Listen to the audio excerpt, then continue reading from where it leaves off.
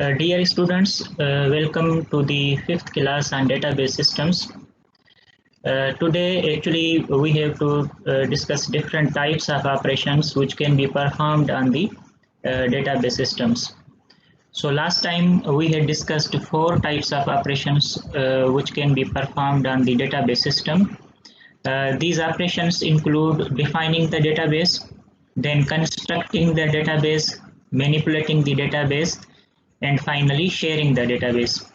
So actually all these operations are performed by the database management system software.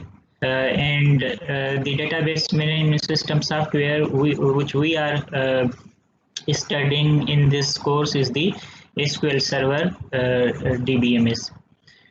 So defining से हमने last time क्या सीखा था कि डिफाइनिंग से मुराद है कि जो क्रिएशन से रिलेटेड जितने भी ऑपरेशंस हैं वो डिफाइनिंग की कैटेगरी में आते हैं। मिसाल के तौर पे हम डेटाबेस क्रिएट करते हैं, उसके अलावा डेटाबेस में रिलेशंस या टेबल्स क्रिएट करते हैं, हर टेबल का हम स्ट्रक्चर बनाते हैं जिसको हम स्कीमा कहते हैं। हर रिकॉर्ड में फिर हम डिफरेंट टाइप के फील्ड्स जो हैं वो क्रिएट करते हैं और हर फील्ड की डेटा टाइप दी जाती है। तो यानी क्रिएशन से रिलेटेड जितने भी ऑपरेशंस हैं हम उनको डिफाइनिंग कहते हैं। So I read it again कि defining a database means to specify the data types, structures and constraints of the data to be stored. उसके बाद दूसरा जो ऑपरेशन हमने सीखा था वो था कंस्ट्रक्टिंग का।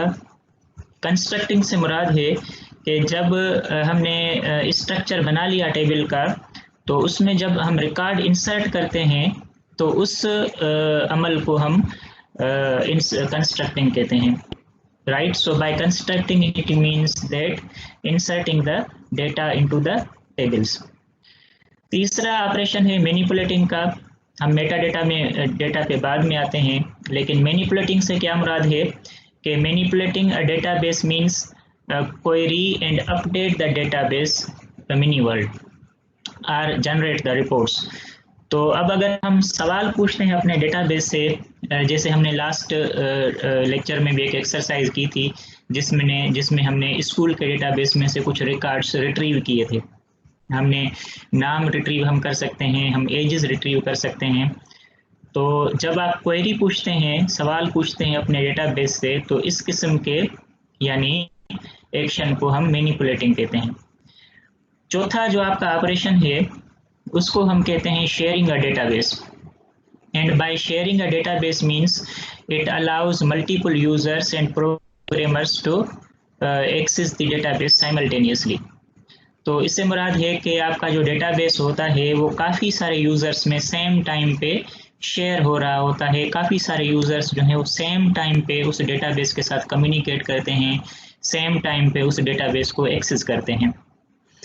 इसकी जो बेहतर मिसाल है वो गूगल की है। जैसे हम गूगल यूज़ करते हैं तो काफ़ी सारे यूज़र सेम टाइम पे गूगल को एक्सेस कर रहे होते हैं, गूगल की वेबसाइट से कम्युनिकेट कर रहे होते हैं। तो यानी गूगल का जो डेटाबेस है वो आप तमाम यूज़र्स में शेयर हो रहा होता है।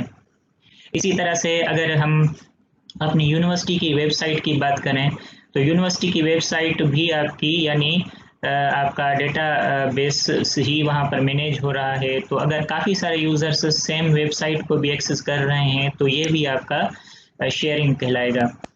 आप अगर बैंक के कस्टमर्स हैं, अकाउंट होल्डर्स हैं, तो आप देख सकते हैं कि काफ़ी सारे यूज़र्स सेम टाइम पे एटीएम यूज़ करते हुए बैंक के डेटाबेस को एक्सेस कर रहे होते हैं।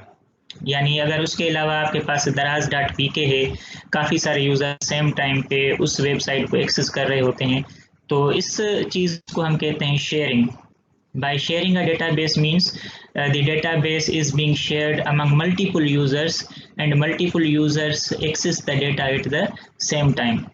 So I hope कि ये चार ऑपरेशंस आपके क्लियर हुए होंगे कि database management system software generally चार किस्म के ऑपरेशंस परफॉर्म करता है कि हम डेटाबेस को डिफाइन कर सकते हैं, डेटाबेस को कंस्ट्रक्ट कर सकते हैं, डेटाबेस को मैनिपुलेट कर सकते हैं और डेटाबेस को शेयर कर सकते हैं।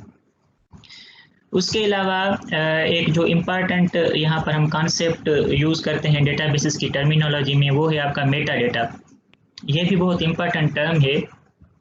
मेटा डेटा से मुराद है डेटा अबाउट डेटा, ठीक है, यानी डेटा के बारे में जो एडिशनल डेटा होता है उसको हम मेटा डेटा कहते हैं। और ये लिखा भी है कि Meta data refers to the database definition और descriptive information and it is stored by the database management system software in the form of a database catalog or dictionary। तो ये एक्चुअली डिस्क्रिप्टिव इंफॉर्मेशन होती है या database की definition होती है जो कि आपकी सेपरेटली मेंटेन होती है। या दूसरे लफ्ज़ों में, यानी अगर डेटा के बारे में जो डेटा है, जो आपका एक्चुअल डेटा है, जैसे हमने स्कूल की टेबल क्रिएट की थी, सॉरी स्कूल का डेटाबेस क्रिएट किया था, उसमें हमने टीचर की टेबल क्रिएट की थी, तो टीचर की टेबल में हमने कुछ कॉलम्स भी बनाए थे, लेकिन अब उस कॉलम का साइज़ क्या है, हर कॉलम का कितने बाइट्स वो रिजर्व करता है, वो हार्ड डिस्क के किस ट्रैक के किस सेक्टर पे स्टोर्ड है आपका वो डेटा, तो इस किस्म की एडिशनल इंफॉर्मेशन को हम मेटा डेटा कहते हैं। तो मेनली मैं यहाँ पर लिख भी लेता हूँ ताकि हमें ये याद हो लफ्ज़ कि मेटा डेटा से मुराद है कि डेटा अबाउट डेटा। तो ये भले आप लिख भी लें, मैं यहाँ पर लिख भी लेता हूँ कि मेटा डेटा से क्या मुराद है कि डेटा अबाउट डेटा। तो ये मैं शेयर करके यहाँ पर लिख लेता हूँ। सो ये यहाँ पर हम लिख लेते हैं MS पेंट में मैं लिख लेता हूँ ताकि ये भी एक इम्पॉर्टेंट टर्म है डेटाबेसेस की टर्मिनोलॉजी में कि मेटा डेटा से मुराद है जो आप टर्म यूज़ करते हैं मेटा डेटा,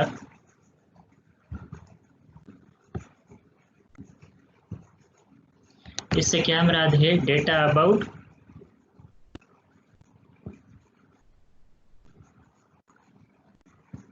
डेटा,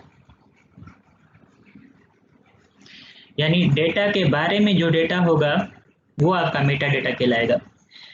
तो अब लास्ट एक्सरसाइज में हमने टीचर का टेबल क्रिएट किया था और इस टीचर के टेबल में हमने कुछ कॉलम्स भी क्रिएट किए थे, यानी फील्ड्स हमने क्रिएट की थी। और वो फील्ड्स आपकी कौन कौन सी थी? टीचर की आईडी थी, टीचर का नेम था और टीचर की एज थी, ठीक है। तो एक्चुअली जब हम रिकॉर्ड को रिट्रीव करते हैं, जब हम उस पर क्वेरी पूछते हैं अपने डेटाबेस की टेबल से, तो हमें कोई भी जवाब मिलता है। जैसे अगर मैंने आईडीज़ पूछनी है कि भाई मुझे टीचर जो आपका टेबल है इसमें से सिर्फ मुझे आईडीज़ चाहिए, तो हमने एक क्वेरी लिखी थी। हम इस तरह की क्वेरीज पढ़ेंगे भी सही, लेकिन थोड़ा सा अगर हम रिकॉल करें तो हमने लिखा था सिलेक्ट और उसके बाद आईडी फ्रॉम टीचर। तो ये हमने क्वेरी लिखी थी अगर हमने आईडीज़ को रिट्रीव करना है। तो अगर जे क्वेरी लिख के हम एग्जीक्यूट करेंगे तो हमें सिर्फ आईडीज़ मिलेंगी, जो भी आईडीज़ होंगी। जैसे कि हमने शायद 2 आईडीज़ लास्ट टाइम बनाई थी, क्रिएट की थी 1 2 और फिर नाम दिया था वगैरह वगैरह। तो इसके जवाब में, इस क्वेरी के जवाब में हमें जवाब क्या मिलेगा? 1 और 2, ठीक है। लेकिन हमें ये नहीं पता चला कि आईडी की टाइप क्या थी, ठीक है। ये हमें नज़र नहीं आ रहा कि आईडी जो हमने पहली दफ़ा क्रिएट की थी टेबल, उसमें तो हमने टाइप ज़रूर डिफाइन की थी कि आईडी की टाइप इंटीजर है, लेकिन जो हमें जवाब, जब आपका डेटाबेस सेव हो जाता है, जब आपका हार्ड डिस्क से डेटा वो रिट्रीव होता है, तो उसमें टाइप वगैरह आपको नज़र नहीं आती। तो आईडी की एक्चुअली टाइप हमने जो क्रिएट की थी वो इंटीजर टाइप था, लेकिन यहाँ पर रिजल्टेंट में हमें कोई भी उसकी टाइप वगैरह नज़र नहीं आ रही। तो ये रहा आपका एक्चुअल डेटा, ठीक है। तो इसको हम क्या कहेंगे? This is your actual data, या इवन जो भी टेबल में आपके पास डेटा है वो आपका एक्चुअल डेटा है। लेकिन इस डेटा के साथ थोड़ा डिस्क्रिप्टिव डेटा भी होता है जो आपका स्टोर्ड होता है। जब आप टेबल क्रिएट करते हैं तो आपका कैटलॉग में या डिक्शनरी में अलग से वो डिक्शनरी मेंटेन होती है, कैटलॉग मेंटेन होता है। तो इसका मैं नाम लिख लेता हूँ कि अलग से आपका कैटलॉग मेंटेन होता है। कैटलॉग, कैटलॉग भी कहा जाता है और डिक्शनरी भी कहा जाता है, जो अलग से मेंटेन होता है जिसमें आपका मेटा डेटा स्टोर्ड होता है। कैटलॉग और डिक्शनरी ये सेम चीज है, इसमें एक्चुअली क्या स्टोर्ड होता है, मेटा डेटा, एक्चुअल डेटा नहीं, लेकिन क्या, मेटा डेटा इसमें स्टोर्ड होता है। तो अब अगर ये एक्चुअल डेटा है 1 और 2, तो इसका एडिशनल डेटा या डिस्क्रिप्टिव इंफॉर्मेशन 1 और 2 की क्या हो सकती है कि भाई 1 भी आपका इंटीजर है और 2 भी आपका इंटीजर है।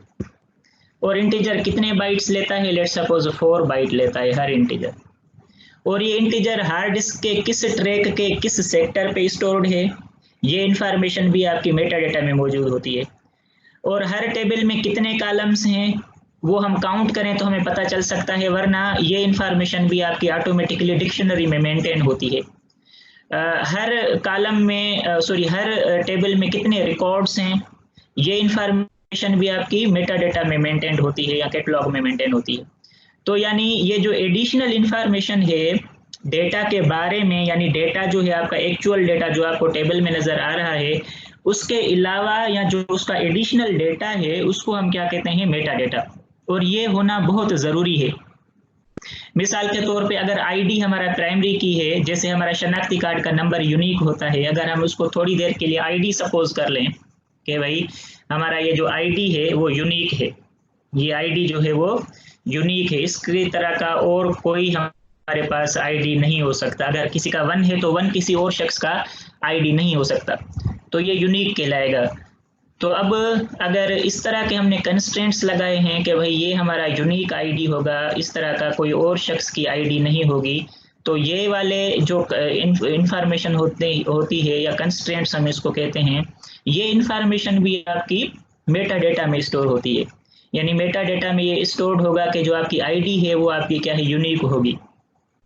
तो ये जितनी भी इंफॉर्मेशन है, जो रिलेटेड इंफॉर्मेशन है या जो एडिशनल इंफॉर्मेशन है, इस एडिशनल इंफॉर्मेशन को हम मेटा डेटा कहते हैं। तो अब हम वापस एसक्यूएल सर्वर पे आ जाते हैं जो हमने टेबल क्रिएट की थी, और देखना हम चाहेंगे कि उसमें क्या क्या मेटा डेटा जो है वो मेंटेन्ड था। तो चलते हैं आपके एसक्यूएल सर्वर पर, और वहां पर हम देखते हैं कि कौन कौन सा मेटा डेटा आपका जो है वो मैनेज हो रहा था, जो हमने क्रिएट किया था। तो उसी पे हम आ जाते हैं, स्कूल वाला डेटाबेस हमने क्रिएट किया था, तो उस पर हम आ जाते हैं और देखना चाहेंगे कि हमारे पास मेटा डेटा इसमें क्या क्या था। ये आपका एसक्यूएल सर्वर। ओके, तो यहाँ पर ये हमारा ऑलरेडी क्रिएटेड था डेटाबेस, ठीक है, हमने जो लास्ट टाइम क्रिएट किया था। तो ये डेटाबेस कब क्रिएट हुआ था, यानी डेट ऑफ क्रिएशन क्या है वो भी हमें फिलहाल नज़र नहीं आ रही, और इसमें कितने कॉलम्स हैं, कितने रिकॉर्ड्स हैं। लेकिन देखें कि हमने सिर्फ स्कूल क्रिएट किया था, स्कूल का डेटाबेस, और स्कूल के डेटाबेस में हमने क्या क्रिएट की थी, एक टेबल क्रिएट की थी जिस टेबल का नाम था टीचर। लेकिन जैसे ही हमने स्कूल का डेटाबेस क्रिएट किया तो इसमें मजीद इंफॉर्मेशन भी खुद ब खुद क्रिएट हो गई है, जैसे कि database diagram, tables, views, synonyms, programmability, उसके अलावा सर्विस ब्रोकर, स्टोरेज, सिक्योरिटी। तो यानी ये जितने भी यानी आपके पास फोल्डर्स क्रिएट किए गए हैं, ये तमाम आपके एडिशनल इंफॉर्मेशन कहलाएगी। तो ये हमने क्रिएट नहीं किए थे, सिक्योरिटी, स्टोरेज, प्रोग्रामेबिलिटी, सिनोनिम्स, व्यूज, ये हमने क्रिएट नहीं किए थे। लेकिन जैसे ही हमने डेटाबेस क्रिएट किया था तो ये ऑटोमेटिकली आपके क्रिएट हो चुके थे। तो यानी ये आपका एक्चुअली तमाम जो है वो मेटा डेटा कहलाएगा। उसके अलावा भी मेटा डेटा में कुछ मजीद चीज़ें मैं आपको दिखा देता हूँ। सबसे पहले हम क्वेरी कर लेते हैं कि जो हमने मैनिपुलेट किया था लास्ट टाइम, और अगर हम देखना चाहें, क्वेरी पूछना चाहें कि हमारी इस टेबल में कौन कौन से रिकॉर्ड्स हैं, तो हमने ये क्वेरी भी लास्ट टाइम पूछी थी। तो हम इसमें से ये क्वेरी पूछ लेते हैं ताकि फिर हमें अंदाज़ा हो कि ये जो हमारा डेटाबेस है इसमें जो एडिशनल इंफॉर्मेशन है वो किस टाइप की इंफॉर्मेशन होगी, क्योंकि एडिशनल इंफॉर्मेशन को ही हम मेटा डेटा कहते हैं।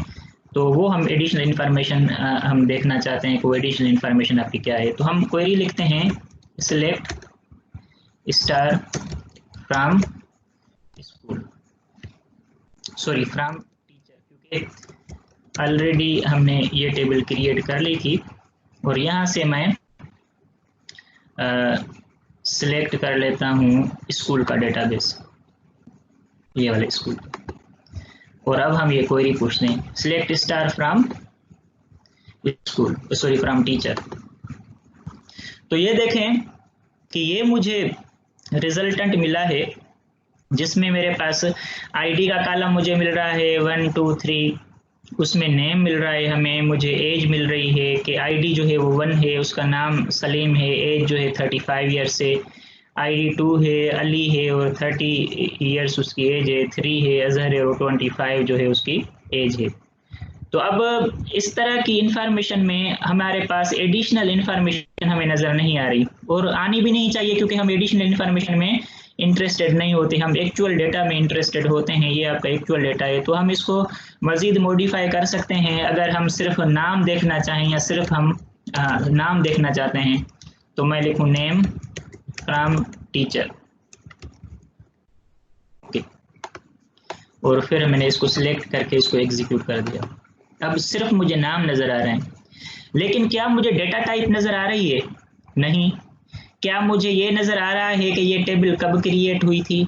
ये भी नज़र नहीं आ रहा। क्या मुझे ये नज़र आ रहा है कि ये जो कॉलम्स हैं वो हार्ड डिस्क के किस ट्रैक के किस सेक्टर पे स्टोर्ड है? नहीं, ये इंफॉर्मेशन भी मुझे नज़र नहीं आ रही। तो जब ये एडिशनल इंफॉर्मेशन हो, तो इस एडिशनल इंफॉर्मेशन को हम क्या कहते हैं? Meta data. ये आ रहा आपका एक्चुअल डेटा, लेकिन एक्चुअल डेटा के बारे में जो डेटा होगा कि ये इंट टाइप का था, ये टेक्स्ट टाइप का था, या ये किसी और टाइप का था, और ये कहाँ पर स्टोर्ड है उसकी, यानी और जो उसकी प्रॉपर्टीज़ हैं, वो तमाम प्रॉपर्टीज़ जो हैं वो हमसे हिडन होती हैं वो, लेकिन ये इंफॉर्मेशन मौजूद ज़रूर होती है, और ये इंफॉर्मेशन आपकी कैटलॉग में मौजूद होती है, स्टोर हो जाती है। तो इस चीज़ को हम कहते हैं मेटा डेटा। तो अब थोड़ा सा अगर हम देखना भी चाहें, तो यहाँ पर देखें कि आपके पास ये तमाम जो है वो मेटा डेटा कहलाएगा। जैसे कॉलम्स हैं, कॉलम्स की इंफॉर्मेशन यहाँ पर आ रही है, और ये देखें कि टाइप नज़र आ रही है हमें। कॉलम क्या है? आईडी, और इसकी टाइप क्या है? इंटीजर, ठीक है। और इसको हम मज़ीद अगर एक्सपेंड करना चाहें तो हम कर सकते हैं, इसको मॉडिफाई करना चाहें, इसको रीनेम करना चाहें, इसकी प्रॉपर्टीज़ वगैरह देखना चाहें, हमने राइट करके प्रॉपर्टीज़ देखी, तो इसके बारे में देखें कितनी इंफॉर्मेशन है। सिर्फ मैंने आईडी को देखना चाहा, इसके बारे में ये तमाम इंफॉर्मेशन मेरे पास मौजूद है। ये देखें कि इसकी जो नाम है इस कॉलम का, फील्ड का, वो क्या है? आईडी। इसकी डेटा टाइप क्या है? वो इंटीजर है। इसकी सिस्टम टाइप क्या है? इंटीजर है। क्या ये प्राइमरी की था, यूनिक की था, हमने इसको यूनिक डिक्लेयर किया था? नहीं, वो फॉल्स है। क्या इसमें हम डेटा ना दें, इसको नल रखना चाहें तो क्या रख सकते हैं? हाँ, बिल्कुल हम रख सकते हैं, वगैरह वगैरह। तो ये जितनी भी इंफॉर्मेशन है, यानी इसकी लेंथ क्या है, टोटल कितने बाइट्स वो रिजर्व करता है, 4 बाइट्स वो रिजर्व करता है।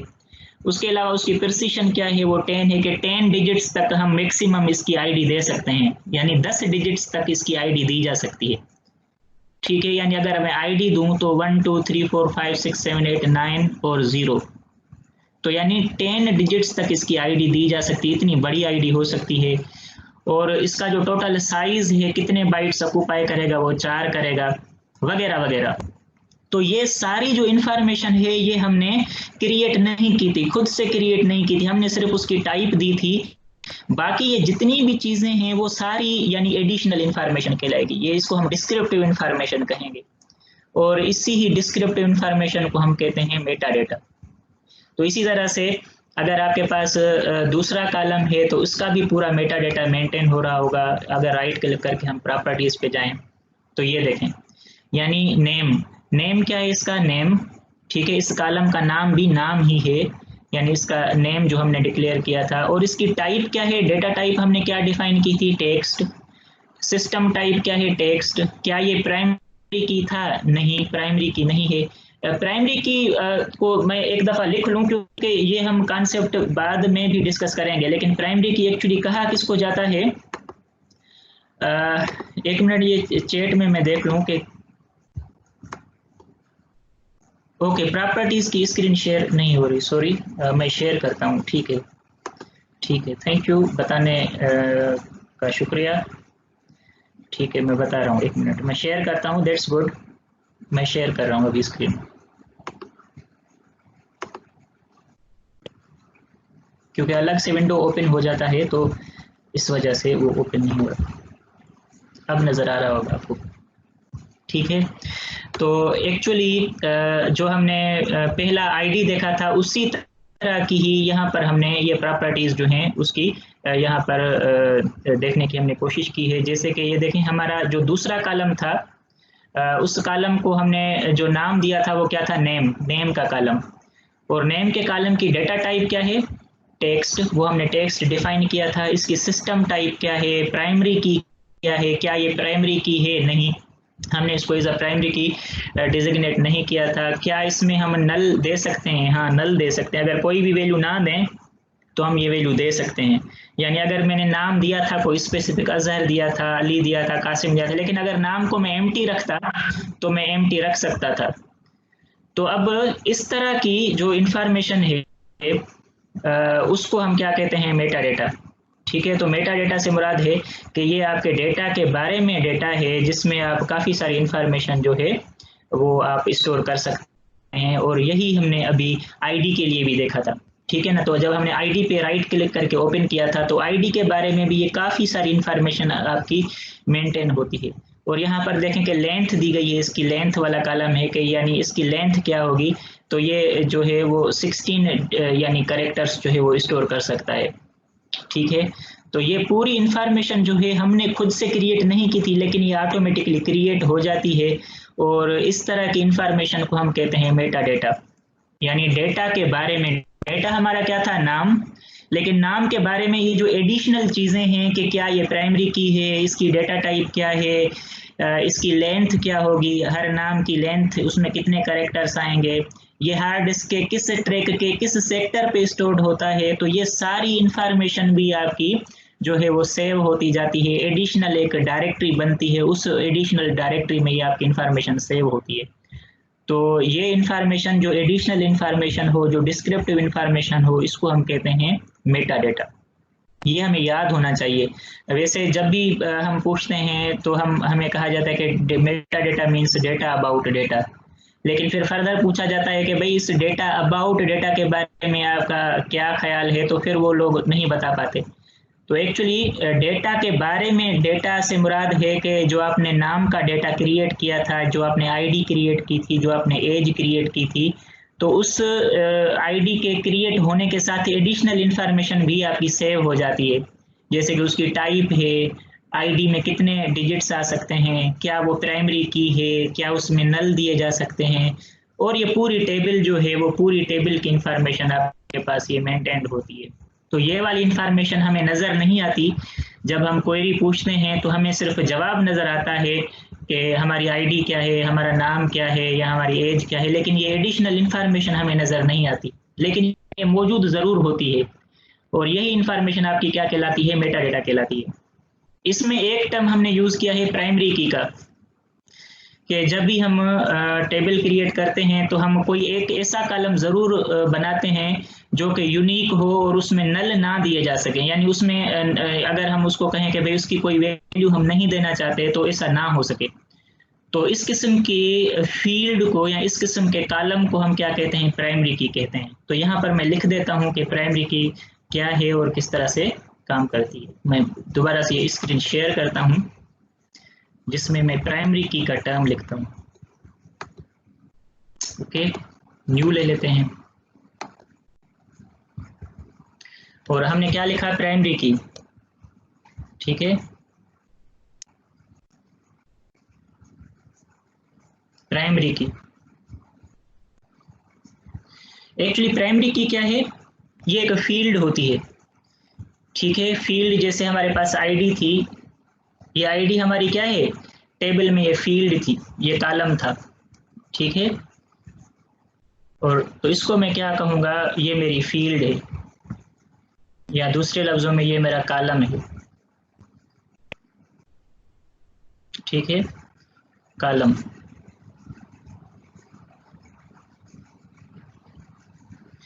तो अब इसको हम प्राइमरी की कब कहते हैं, वो कॉलम या वो फील्ड जो कि यूनिक भी हो और उसमें नल ना दिया जा सके, तो इस किस्म की फील्ड को हम प्राइमरी की कहते हैं। ठीक है, प्राइमरी की दो इंपॉर्टेंट प्रॉपर्टीज होती हैं। नंबर 1 के प्राइमरी की जो वैल्यू होगी वो यूनिक होगी, हमेशा यूनिक होगी। नंबर 2 इसकी दूसरी इंपॉर्टेंट प्रॉपर्टी है कि इसमें नल वैल्यू नहीं दी जा सकती, यानी वैल्यू हमें लाजमी देनी होगी, कोई ना कोई वैल्यू हमें लाजमी देनी होगी। तो यानी दूसरी जो इसकी इंपॉर्टेंट प्रॉपर्टी है कि नॉट नल, यानी नल नहीं दिया जा सकता, यानी कोई ना कोई वैल्यू लाजमी देनी पड़ेगी। तो मैं लिखता हूं नॉट नल। ठीक है, नॉट नल मीन्स के कोई ना कोई इस फील्ड की वैल्यू देनी पड़ेगी। तो इसकी हम मिसाल ले लेते हैं कि जैसे कि आपके पास दूसरा कॉलम भी मौजूद था जो कि था नाम का कॉलम, मैं उसको भी हम दे देते हैं, या एज को लिख लेते हैं हम थोड़ी देर के लिए, एज। तो लेट सपोज जो प्राइमरी की मैंने क्रिएट किया था वो मैंने जो आईडी मैंने क्रिएट किया था वो मैंने प्राइमरी की क्रिएट किया था। इसको हम क्रिएट कर पाते हैं, इसका भी हम प्रोसीजर आगे देखेंगे एसक्यूएल की क्वेरी में कि इसको हम प्राइमरी की कर सकते हैं। लेट सपोज ये मेरा प्राइमरी की है, ठीक है, लेकिन दूसरा जो कॉलम है एज वो मेरा प्राइमरी की नहीं है। तो अगर कोई भी फील्ड आपकी प्राइमरी की होगी तो उसकी दो इंपॉर्टेंट प्रॉपर्टीज होंगी, यानी इंपॉर्टेंट प्रॉपर्टीज क्या होंगी कि एक तो वो यूनिक होगी, उसकी हर वैल्यू जो होगी वो यूनिक होगी, उस जैसी कोई और वैल्यू नहीं हो सकती।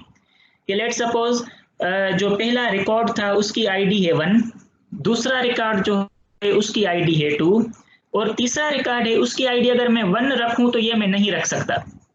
क्यों नहीं रख सकता? क्योंकि आपकी जो आईडी 1 है वो ऑलरेडी आप दे चुके हैं, तो इस तरह की आईडी 1 की तरह की कोई और आईडी नहीं हो सकती। तो इस किस्म के एक्शन को हम कहते हैं यूनिक। यूनिक से मुराद है कि उस जैसा कोई और नहीं हो सकता, यानी अगर आपने वो डेटा इंसर्ट कर दिया है तो बाकी जितने भी आपके पास रिकॉर्ड्स होंगे उनमें उस तरह का डेटा नहीं दिया जा सकता।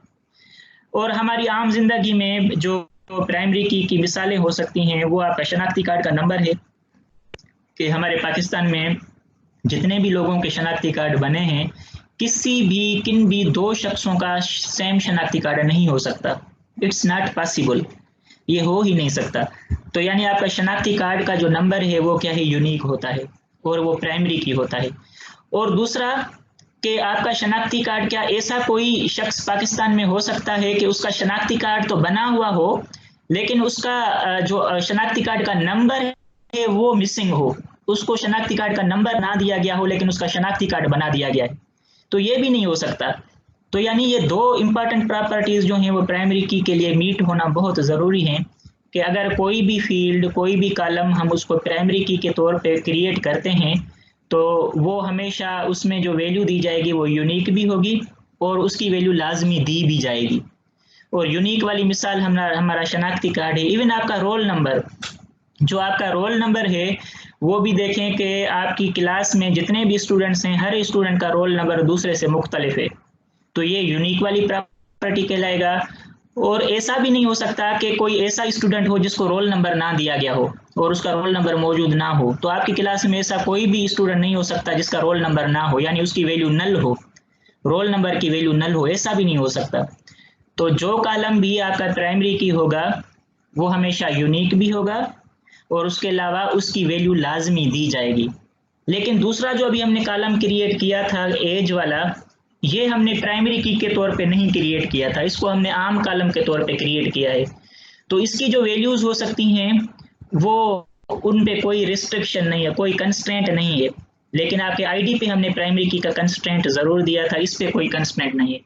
तो अगर आईडी 1 है तो इसकी एज 25 हो सकती है, अगर आईडी 2 है तो इसकी एज भी 25 हो सकती है। और इसी तरह से अगर मेरे पास ये आईडी 3 है तो इसकी अगर मैं एज ना देना चाहूँ तो फिर भी ठीक है। तो क्योंकि इस पे हमने कोई कंस्ट्रेंट नहीं लगाया, एज वाली फील्ड पे कोई कंस्ट्रेंट हमने नहीं लगाया, so it can take any value. ठीक है, तो यानी आईडी जो है वो आपकी यहाँ पर हमने 25 लिखा है, दूसरी भी आपकी आईडी 25 है, तो ये यूनिक वाली प्रॉपर्टी भी यहाँ पर नहीं मीट हुई। नंबर तीसरे पे हमने कोई वैल्यू नहीं दी तो ये यानी नल भी एक्सेप्ट कर रहा है। तो इस तरह की जो फील्ड होती है वो आपकी प्राइमरी की नहीं कहलाती, लेकिन जो हमने आईडी वाला कॉलम बनाया है ये वाला कॉलम आपका प्राइमरी की कहलाएगा और इसमें हर वैल्यू यूनिक होगी और हर वैल्यू लाजमी दी भी जाएगी। तो यहाँ पर मैं थोड़ा देख लूँ चैट में अगर किसी ने लिखा है, नहीं कोई इस तरह का सवाल नहीं है। ओके, सो आई होप कि ये भी आपको क्लियर हुआ होगा। ये हमने जो अभी मेटा डेटा वाली प्रॉपर्टी भी इम्पोर्टेंट हमने डिस्कस की कि आपके पास मेटा डेटा से क्या मुराद है, तो ये भी आपको आई होप कि क्लियर हुआ होगा कि मेटा डेटा मीन्स, हाँ किसी ने लिखा कि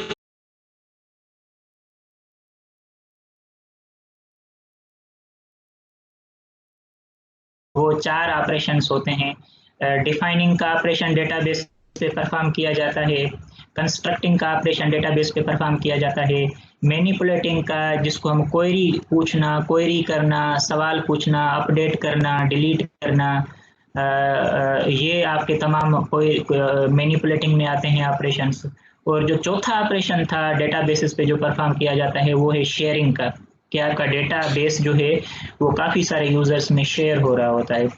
उसके अलावा हमने एक टर्म पढ़ा अभी मेटा डेटा का, कि मेटा डेटा से मुराद है कि डेटा अबाउट डेटा, यानी meta data refers to the database definition और डिस्क्रिप्टिव इंफॉर्मेशन। दूसरे लफ्जों में मैं इसको यूं कहूंगा कि Meta data is additional information about your actual data, about your factual data. तो ये जो एडिशनल इंफॉर्मेशन होगी वो आपकी मेंटेन होती रहती है, स्टोर होती रहती है। इसके लिए एक अलग से डायरेक्टरी डेटाबेस मैनेजमेंट सिस्टम जो है वो रिजर्व कर लेता है, अलग से एक पोर्शन हार्ड डिस्क का रिजर्व कर लेता है, और उसमें वो पूरी इंफॉर्मेशन, एडिशनल इंफॉर्मेशन जो है वो स्टोर होती रहती है। तो वो एडिशनल इंफॉर्मेशन आपकी मेटा डेटा कहलाएगी। और जहाँ पर जिस डायरेक्टरी में ये मेटा डेटा स्टोर होती है उसको हम कैटलॉग कहते हैं। डेटाबेस कैटलॉग भी कहा जाता है इसको, डेटाबेस डिक्शनरी भी कहा जाता है। ये डेटाबेस मैनेजमेंट सिस्टम की रिस्पॉन्सिबिलिटी है कि वो अलग से एक हार्ड डिस्क का पोर्शन जो है वो रिजर्व कर लेता है, और उस हार्ड डिस्क के पोर्शन में आपका एडिशनल इंफॉर्मेशन स्टोर करता है, मेंटेन करता है। और मेटा डेटा होना बहुत ज़रूरी है। अगर हमारे पास मेटा डेटा नहीं होगा तो हम क्वेरीज नहीं पूछ पाते। तो हम इसकी मिसाल अगले यानी शायद लेक्चर में लें, आज दूसरा अगर हम लेक्चर लेते हैं तो उसमें हम लेंगे कि मेटा डेटा क्यों ज़रूरी है और किस तरह से हम क्वेरीज मेटा डेटा की मदद से पूछ सकते हैं। ओके, अच्छा, तीसरा आज एक पॉइंट है जो है एप्लीकेशन प्रोग्राम। ठीक है, और एप्लीकेशन प्रोग्राम क्या होते हैं? अब हमने दो तरह के कॉन्सेप्ट्स डिस्कस किए थे पिछले लेक्चर्स में भी। एक आपके डेटाबेस प्रोग्राम्स होते हैं, या आपका डेटा होता है या डेटाबेस होता है। लेकिन डेटाबेस को यूजर कैसे एक्सेस करता है? With the help of application programs. तो आपके पास दो व्यूज होने चाहिए, एक आपका यूजर व्यू और उसके अलावा दूसरा आपका डेटा का व्यू होता है। तो जो आप डेटा को एक्सेस कर रहे होते हैं वो किसकी मदद से एक्चुअली एक्सेस कर रहे होते हैं? एप्लीकेशन प्रोग्राम्स की मदद से। जैसे हमने गूगल की मिसाल ली, गूगल का डेटा हार्ड डिस्क से मौजूद होता है, कंप्यूटर्स पे मौजूद होता है, लेकिन वो हम डायरेक्टली एक्सेस नहीं कर पाते। तो गूगल ने क्या बनाया हुआ है? एक एप्लीकेशन बनाई हुई है जो हम google.com लिखते हैं, वो आपकी एप्लीकेशन है। और उस एप्लीकेशन की मदद से आप जो है एज अ यूज़र अपने डेटा के साथ या डेटाबेस के साथ कम्युनिकेट करते हैं। इसी तरह से अगर आपके पास ई बैंकिंग है, अगर आप ऑनलाइन बैंकिंग करते हैं, आपको इस तरह ऑनलाइन बैंकिंग का अकाउंट दिया गया है, तो आप भी अपने डेटा बेस के साथ या अपने बैंक के डेटाबेस के साथ कम्युनिकेट करते हैं, लेकिन with the help of application program. तो हमारे पास दो व्यूज होते हैं, एक आपका यूजर व्यू जो कि एप्लीकेशन प्रोग्राम होता है, और दूसरा आपका डेटाबेस का व्यू होता है जो आपका हार्ड डिस्क पे परमानेंटली सेव्ड होता है। तो एप्लीकेशन प्रोग्राम्स क्या करते हैं? Application programs allow access to the database, यानी इसकी मदद से हम डेटाबेस को एक्सेस करते हैं by sending queries to the database management system software. तो actually database management system software जो है वो इंटरफेस प्रोवाइड करता है डेटाबेस और आपके यूजर प्रोग्राम के दरमियान। तो इसको भी मैं ग्राफिकली थोड़ा कंस्ट्रक्ट कर लूँ ताकि ये भी हमें कॉन्सेप्ट जो है वो समझ में आए। इसको हम ग्राफिकली देखते हैं कि किस तरह से डेटाबेस मैनेजमेंट सिस्टम जो है वो अलाउ करता है एक्सेस। तो एज अ यूजर आपके पास एप्लीकेशन प्रोग्राम होगा, ठीक है, ये आपका ऐप है, एप्लीकेशन प्रोग्राम है, ठीक है। आप यूज़र हैं, यूज़र के पास एप्लीकेशन प्रोग्राम होता है। यूजर कम्युनिकेट करता है किसके साथ? डेटा बेस मैनेजमेंट सिस्टम के साथ। यूजर जो है वो डेटाबेस मैनेजमेंट सिस्टम के साथ कम्युनिकेट कर रहा होता है। ठीक है, मैं लिख लेता हूँ DBMS। और डेटाबेस मैनेजमेंट सिस्टम जो है वो इंटरफेस प्रोवाइड करता है किसके दरमियान? यूजर के और डेटाबेस के दरमियान। यानी हम डायरेक्टली डेटाबेस को एक्सेस नहीं कर पाते, बल्कि किसकी मदद से कर पाते हैं? DBMS सॉफ्टवेयर की मदद से। तो अब आप क्वेरी करते हैं, आप क्वेरी पूछते हैं, क्वेरी किसको सेंड की जाती है? डेटाबेस मैनेजमेंट सिस्टम सॉफ्टवेयर को। और डेटाबेस मैनेजमेंट सिस्टम सॉफ्टवेयर जो है यही क्वेरी किस पे पोज कर रहा होता है, किससे पूछ रहा होता है? डेटाबेस से, जो कि आपका कंप्यूटर पे स्टोर्ड होता है, क्योंकि आपका पूरा डेटा जो है वो कंप्यूटर पे स्टोर्ड होता है, हार्ड डिस्क पे स्टोर्ड होता है। तो DBMS जो है वो फैसिलिटेट करता है यूजर को। ठीक है, ये इंटरफेस प्रोवाइड करता है। डेटाबेस मैनेजमेंट सिस्टम सॉफ्टवेयर जो है वो इंटरफेस प्रोवाइड करता है। It is a communication channel between the user and the database. हालांकि ये डेटाबेस भी हमने जो क्रिएट किया है वो किसकी मदद से किया है? डेटाबेस मैनेजमेंट सिस्टम सॉफ्टवेयर की मदद से। लेकिन जो फर्दर कम्युनिकेशन होगा यूजर का, वो यूजर का कम्युनिकेशन भी एक्चुअली किसकी मदद से होगा? डेटाबेस मैनेजमेंट सिस्टम सॉफ्टवेयर की मदद से। तो अब अगर हम ये मिसाल ले लें जिसमें आप C# पढ़ रहे हैं या जो और आपके पास जो विजुअल प्रोग्रामिंग लैंग्वेजेस हैं, तो वो भी आपके पास काफ़ी सारी प्रोग्रामिंग लैंग्वेजेस जो हैं वो मौजूद होती हैं। ठीक है, तो अगर हम उसकी एक छोटी सी मिसाल लें कि अगर हमारे पास कोई भी विजुअल प्रोग्रामिंग है, जैसे आपकी C# है या आपकी विजुअल बेसिक है, ये दोनों विजुअल प्रोग्रामिंग लैंग्वेजेस हैं, तो हम इंटरफेस इसमें बनाएंगे। हमने एप्लीकेशन प्रोग्राम बनाया, लेकिन इस एप्लीकेशन प्रोग्राम को कनेक्ट करेंगे। कनेक्ट किसके साथ करेंगे? डेटाबेस के साथ। तो ये कनेक्टिविटी बहुत ज़रूरी होती है, इसको हमने कनेक्ट किया डेटाबेस के साथ। तो ये दो कनेक्ट होंगे, लेकिन कनेक्टिविटी प्रोवाइड कौन करेगा? DBMS। ठीक है, ये इंपॉर्टेंट चीज़ है कि DBMS जो है वो आपको कनेक्टिविटी प्रोवाइड करेगा, आप अपने डेटाबेस को एक्सेस कर सकेंगे, यूज़ कर सकेंगे। क्योंकि हर शख्स जो है वो SQL की क्वेरीज से वाकिफ नहीं होता। अगर हम मेडिकल स्टोर की बात कर लें कि मेडिकल स्टोर पे बैठा हुआ शख्स जो है, अगर उसको हम कहें कि भाई हमारे पास इंटरफेस नहीं है, प्रोग्रामिंग लैंग्वेज नहीं है, और आप डायरेक्ट SQL की क्वेरीज लगाएं, तो क्या वो यूज़र जो है, मेडिकल स्टोर वाला शख्स जो है, क्या वो SQL की क्वेरीज से वाकिफ है? नहीं, वो नहीं लगा सकेगा। अगर आप इंडस स्मार्ट वाले लड़के को कहें जो आपका काउंटर पे होता है, अगर उसको कहें कि भाई हमारे पास एप्लीकेशन प्रोग्राम नहीं है और आप डायरेक्ट SQL की क्वेरीज पे लोगों को जो है वो प्रोडक्ट्स सेल करें, तो उसके लिए भी मुश्किल होगा SQL की क्वेरीज, क्योंकि उसको उसके सिंटेक्स का नहीं पता होता, उसके सेमेंटिक का नहीं पता होता, रूल्स का नहीं पता होता। So it will be very difficult for an ordinary user to communicate with the database using SQL queries. So that is why application programs are actually built or developed so that users can easily communicate with the database with the help of database management system software. तो एक छोटी सी exercise हम कर लेते हैं कि कैसे हम डेटाबेस मैनेजमेंट सिस्टम सॉफ्टवेयर की मदद से कम्युनिकेट कर पाएंगे। ठीक है,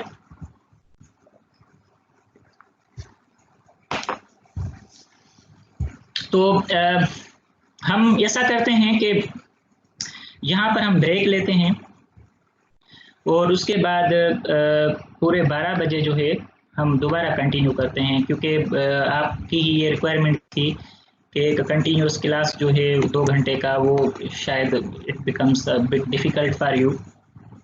सो मैं एक लिंक दोबारा क्रिएट करता हूँ और बाकी जो हमारी नेक्स्ट क्लास होगी वो हम 12 बजे लेते हैं। ठीक है, तो मैं यहाँ पर जो है वो पास लूँगा, अटेंडेंस में पहले ले लूँ, अटेंडेंस ले लेते हैं, उसके बाद बाकी जो होगा वो हम फिर 12 बजे दूसरी क्लास कंटिन्यू करेंगे। तो पहले मैं अटेंडेंस ले लूँ, जो भी लोग अभी मौजूद हैं।